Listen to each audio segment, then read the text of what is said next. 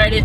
So yeah, if you don't know me already, I have major depressive disorder, and I'm only bringing that up because that goes to like what I'm about to talk about next. And we're gonna talk about grief. So like, it's not just my disorder. Obviously, when you lose somebody you love, you're gonna think to them time to time, and I catch myself thinking about my father and my grandmother. My grandmother passed away like about a year ago, and my father, it's like 8-9 years so far, but it still feels like it was yesterday.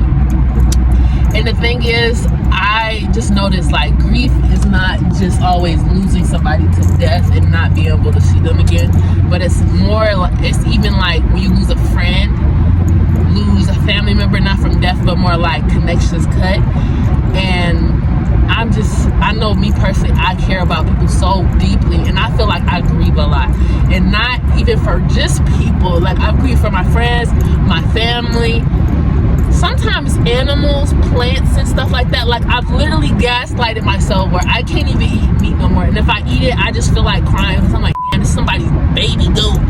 I was trying this fufu peanut butter sauce stuff, and it had goat in it, and I was gonna eat it. I put it in my mouth, and I almost started crying. I was like, it's somebody goat baby. I was sorry. Like, that's just how I am, and I feel like I just grieve a lot.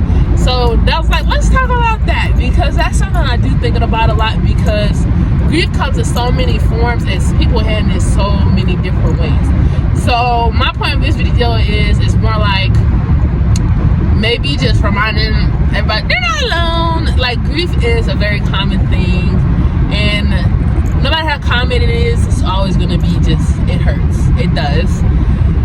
I think the best thing to be reminded is that Allah has plans for you, and also just because they're gone doesn't mean that they're not still alive. Like, they're a living memory for you. Every time you remember them, like you are bringing them back in some way. Like, you remember the time they may have took you out, type of food, stuff like that. Like, they are still living on. There's so many different things. They might not be right in front of you, but they are still a part of your everyday life, and that actually just makes it 10 times harder. But you know, just remembering like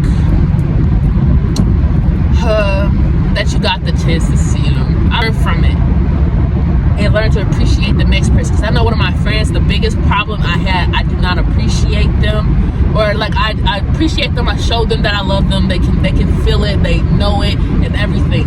But I feel like the biggest things, like the big things that I should have like caught on to more, I didn't. Like, I'll ignore it because I felt like it was not worth it. Like, it would not go the right way for me or them or us, because I valued our friendship to the point I was like, I'd rather be friends with you my entire life than ever touch this subject. And for the ones that know, they know. And it's just like, for me, I really reflect a lot on those type of grievances of like lost friendships, lost family members, that there were things I could have done and there's things they could have done, but at the end of the day, I want to know that I try my best. And like, knowing that, I feel like that gives you the best, reassurance. And Allah tells us, I think this is a hadith, I don't believe it's like a recitation or anything, but or what's it called, surah. I believe that it is a hadith that no matter how little it is, do it with all your might. Like, do it like perfectly. And obviously nothing's perfect, but like, do it with your best of abilities. Like, do the best you can, no matter how small. Even if it's putting your socks on, do it seamlessly, do the best you can, because at the end of the day, when these people leave you, knowing that you tried your best, knowing that you did the best you could is some sort of comfort that Allah will give you. You listen to him when he tells you, do the best you can with what you got. You have an ability to do everything. Like, with the stuff going on in the world today, like, people's like, I don't know too much, so I'm not gonna say anything, or I don't have any means, so what can I really do? And the best thing you can do is sometimes just nothing. Because the thing is, I'm just giving an example because this is a wide range, everybody knows about this so far.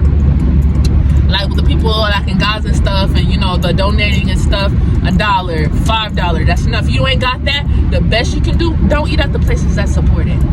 Sorry guys, but the best you can do, if the best you can do is just not go to places or like buy from places that are supporting them, that is enough. That is more than enough. Or astaghfirullah. But like, if the best you can do is just do that, that is enough. Like, there is so many ways you can do things, and also the best way to do most of the things that you might be thinking about is nothing. Let your God handle it. Let God handle it, because you know He knows better than you do. He knows you better than you know yourself. If you just let Him handle that shit, you're good. I gotta stop cussing. But anyways, yeah. And I know me personally, I'm gonna talk about death aspect now. From my dad and my grandmother, I took my grandmother's death way better, and not because I didn't love her any less. I loved her to death. She was like amazing.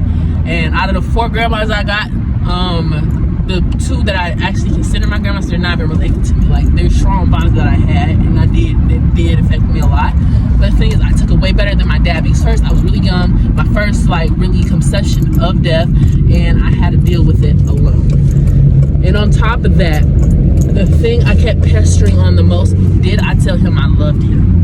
Did he know that I loved him? Did I give him a hug and goodbye kiss? Like, did I tell him goodbye? That's something I could not let go of. And after that, I had a habit of telling everybody when they walked out the door, no matter where we were going, even if they were just walking down the street, I was like, goodbye, I love you. I made sure to say that every time, because Allah taught me, do not take any time for it, because there's no promise that person is going to come back in this house. And that bothered me so much. And like so many years, I feel like the biggest part of me healing, I'm still healing, but the biggest part of me healing with that aspect was knowing that I did my best and I did my part, and not wasting the time that my God has given me to love these people that is around me.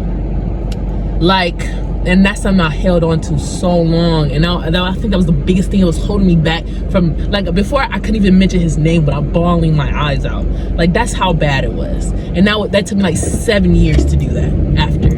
You know, and I was like, that it's only been 3-4 years after that, you know. And I'm just saying, like, the best thing for that, I just had to let that go, because I really just do not know. But I know something. I was around him. I remember kissing and hugging on him. I remember the laughs that we had. I remember moments that we had where we knew that we loved each other, even if we didn't say it. And I know my dad, he loved me.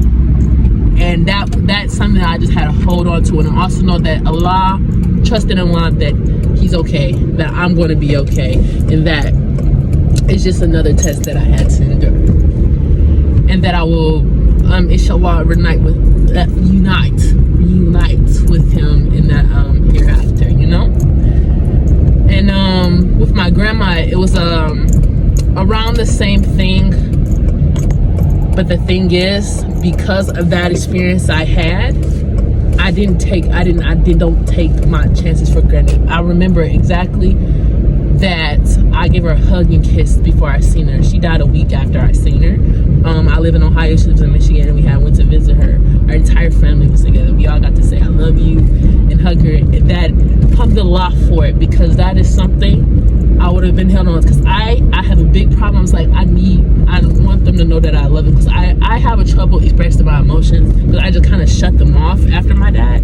And I was just like, I don't want to waste it. I don't want to ever have that. Allah, alhamdulillah for it, he did not bear me with that burden again, with me questioning if these people knew that I loved them before I died.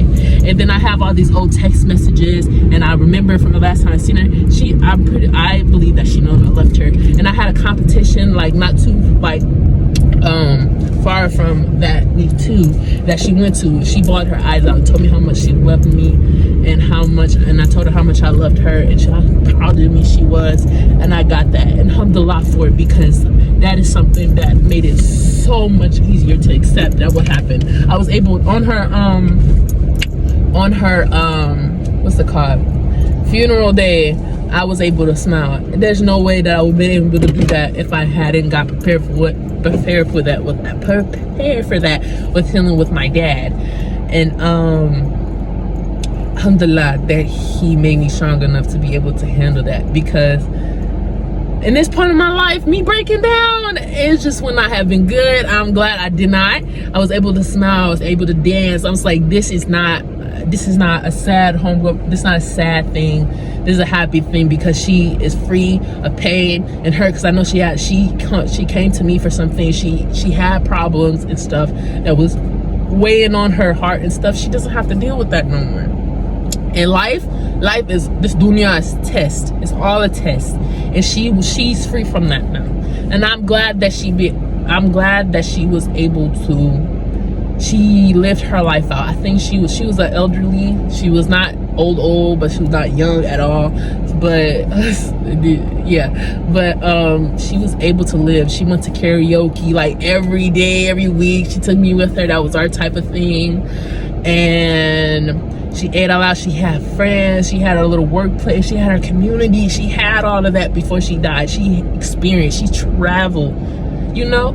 And the same thing with my other, my great grandmother. She traveled so much. They did. She was like 90 something when she died. I'm like, they lived out her lives. Alhamdulillah for it, because everybody doesn't get that. And I thank God for that every day. I'm like, thank you for letting her experience all this stuff, seeing her grandkids, you know, and live out the life she did. And it may not have been everything she wanted, but I know that she got some satisfaction out of life that she did. I wish that she was able to see me go to college, go off to stuff like that. But alhamdulillah, she's in a better place. I believe, in my heart, I believe she's in a better place. And I believe that we will reunite again, and that this was all, you know, for the better. And I know people say that, and it's like, what the fuck do you mean? This is for the better. I fucking family died, you know, like that. But the thing is, it builds you up, and it also releases them from this living hell. Like, the world is not all cut out what it needs to be, and it can be so beautiful. It could be when you make it be, when you have that perception and stuff. But life is so hard with all the unnecessary BS that goes on in the world, and the stuff you have to deal with. Like, just education, the cost of living, people in general. Like, it's just something that is unnecessary stress that you don't have. And I feel like she would be at peace. And I know with my dad and my grandmother, they came to say goodbye to me. I know I might sound crazy, but like, for my dad, we went to a carnival with all my siblings, and did that. And while my grandmother, she came to me while I was asleep. I don't know if I was probably half awake or asleep. Like, I was definitely asleep because my TV wasn't on. But I woke up to karaoke playing on my TV. And I know she wanted a bigger relationship with me, but we didn't call each other that much. First, I was very busy, and I definitely took that for granted. I wish I had talked to her more. I felt when I first found out she died, I'm so sorry. I'm so sorry. She just wanted to talk to me, and I didn't, you know. But I still said I loved her and stuff like that. We talked sporadically and stuff like that, and I know she understood. I hope, like, inshallah in my heart, I know she understood. But back to the main thing, we had karaoke, and it was playing a song, and that was our thing. When we were together, we were either making stuff, like we made purses, sewing, knitting and stuff. We did that. Or our main thing was karaoke. She would take me to bars, the karaoke bars, and I would sing karaoke with her old friends. I love old people, and that is because of her. And I was like, this is my grandmother. She is talking to me. This was like the day or two after we found out she died, and I believe she said goodbye to me just as my father did. And I said, I feel like that's the greatest blessing Allah gives these people that pass away. You're allowed to say goodbye before you leave. And I feel like if she had that blessing, she's okay. I feel like if Allah had granted her that, she's okay. So yeah, basically the whole thing is like, don't take shit for granted, and also look on the brighter side of things. Like, it might not make sense now, but it will be. Just trust in God, because He has better plans for you. He knows more than you do, and things will turn out. Like, just think of when you really feel like shit is just not going right and nothing will ever go right again. You know, think about all the times it did. That one time you could have died, but you didn't. That one time, you know, find $100 on a thing, you really needed it. I don't know, that one time you seen somebody and they just made you smile. They made your day. All the times that He has made it better for you, even if it's small. And I know everybody has that one moment. If you learn to appreciate it, you can see it more. But when you really think back, there's so much shit that could have happened. Like, I should not be here right now. So alhamdulillah, that's all I gotta say. Thank you. Walaikum salam. Assalamu alaikum. Bye guys.